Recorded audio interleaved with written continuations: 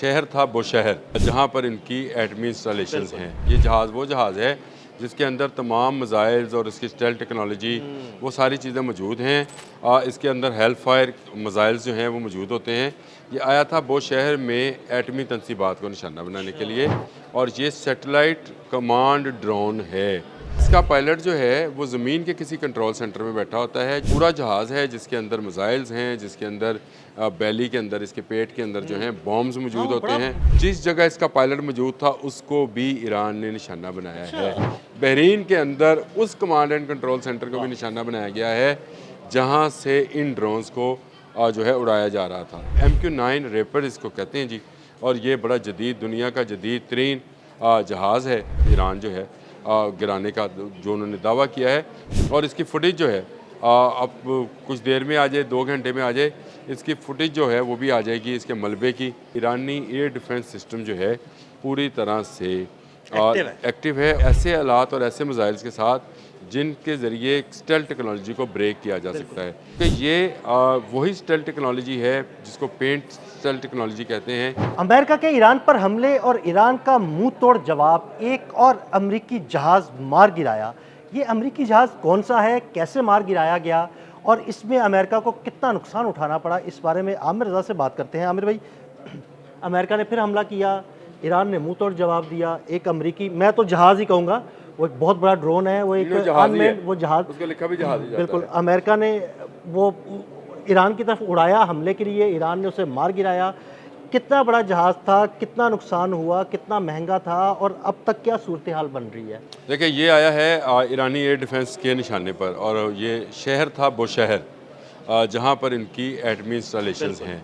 ये हमला करने के लिए आया था, और आपने बिल्कुल सही कहा, ये जहाज़ है, लेकिन ये पायलट के बिना जहाज़ होता है। ये जहाज़ वो जहाज़ है जिसके अंदर तमाम मिसाइल्स और इसकी स्टेल्थ टेक्नोलॉजी वो सारी चीज़ें मौजूद हैं।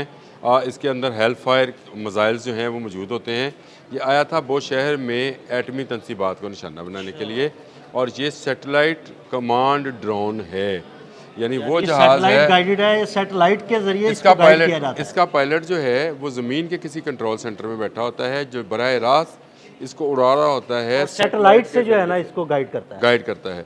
और ये पूरा जहाज़ है जिसके अंदर मिसाइल्स हैं, जिसके अंदर बैली के अंदर, इसके पेट के अंदर जो हैं बॉम्ब्स मौजूद होते हैं। बहुत बड़ा सा बहुत उसका बड़ा पेट वो बनाया जहाज़ उन्होंने। जो है वो इसी काम के लिए बनाया गया है, ताकि उसमें पायलट को नुकसान ना हो। और इसका पायलट मैंने आपको बताया, जिस जगह इसका पायलट मौजूद था उसको भी ईरान ने निशाना बनाया है। बहरीन के अंदर उस कमांड एंड कंट्रोल सेंटर को भी निशाना बनाया गया है जहाँ से इन ड्रोन्स को जो है उड़ाया जा रहा था, यानी उनको सैटेलाइट गाइड किया जा रहा था, उसको भी निशाना बनाया है। उसके साथ साथ उन्होंने ड्रोन गिरा भी लिया है। MQ-9 रेपर इसको कहते हैं जी, और ये बड़ा जदीद, दुनिया का जदीद तरीन जहाज़ है जिसको इस वक्त ईरान जो है गिराने का जो उन्होंने दावा किया है। और ये दावा किसी हद तक हकीकत में मबनी है, क्योंकि सेंटकॉम ने इसकी तरदीद जारी नहीं की है। और इसकी फुटेज जो है अब कुछ देर में आ जाए, 2 घंटे में आ जाए, इसकी फुटेज जो है वो भी आ जाएगी इसके मलबे की।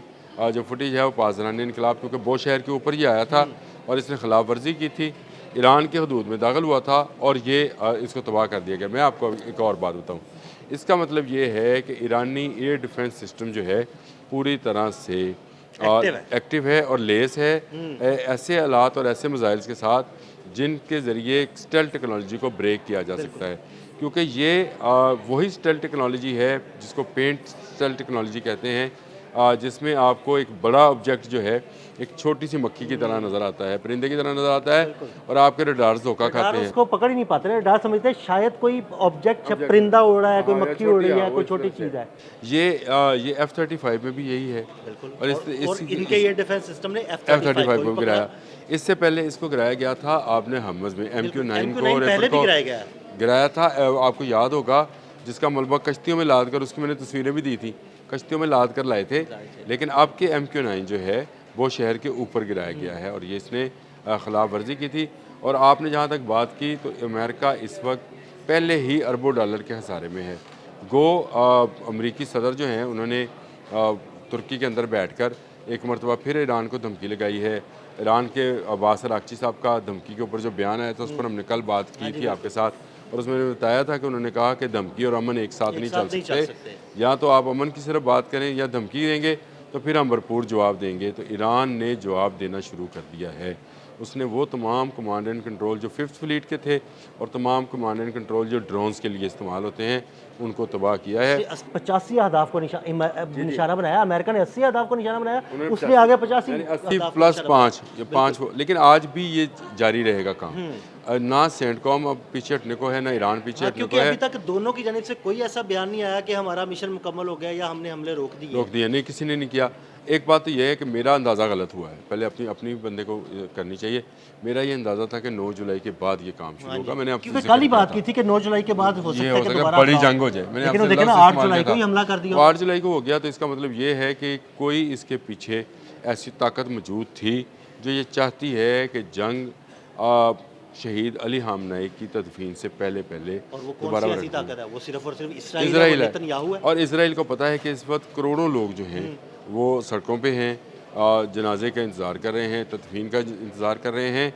तो ये एक कोई बड़ी साजिश भी हो सकती है कि एकदम से जंग की आग जो है भड़का दी गई और ईरान के जो साहिल हैं उनमें मुख्तलिफ़ जगहों पर धमाके किए गए हैं और ख़ासकर हाग में उनकी जो पेट्रोकेमिकल इंस्टॉलेशंस हैं उनको निशाना बनाया गया है। अब इसका जवाब जो है ईरान अबू धाबी में भी दे सकता है।